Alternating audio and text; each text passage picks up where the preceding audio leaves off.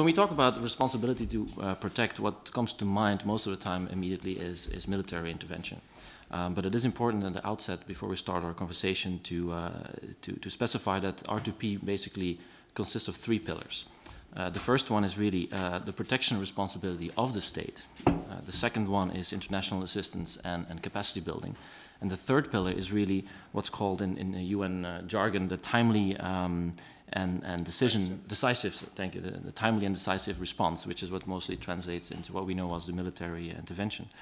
R2P is also limited to 4 particular crimes, which is genocide, ethnic cleansing, war crimes, and crimes against humanity.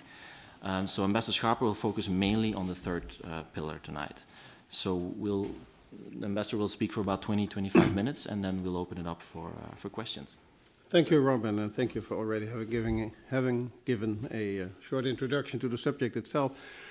R2P is very much in the news nowadays. And let me sketch a little bit of the background of how things developed over the last couple of years. A very important moment was, of course, that nearly a year ago on March 17, 2011, the Security Council of the UN took one of the most important decisions it has taken in the 66 years of its existence, in the sense that in Resolution 1973, it affirmed very clearly and unequivocally the international community's determination to fulfill the so-called responsibility to protect the civilian population in Libya against the violence from the side of their own government, Gaddafi's government.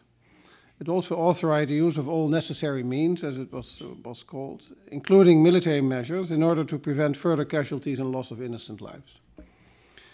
So here we have the Security Council authorizing the use of military force against a country which has not attacked another country or had committed some other act of aggression, but a country in which a government was attacking its own population.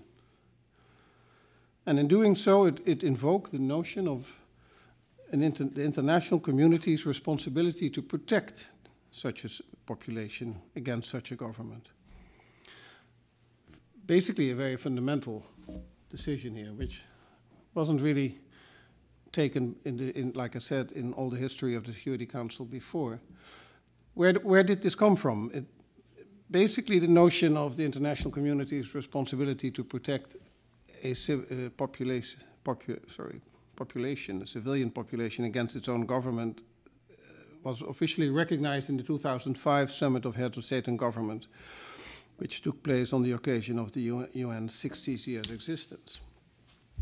Now, the direct reason for the development of this norm of R2P, as we call it, were the genocide in Rwanda in 1994 and the mass slaughter of Bosnian civilians in Srebrenica in the same year. And it is no coincidence, of course, that my Rwandese colleague and me are the two co-chairs of what is called the Group of Friends of R2P in the UN General Assembly.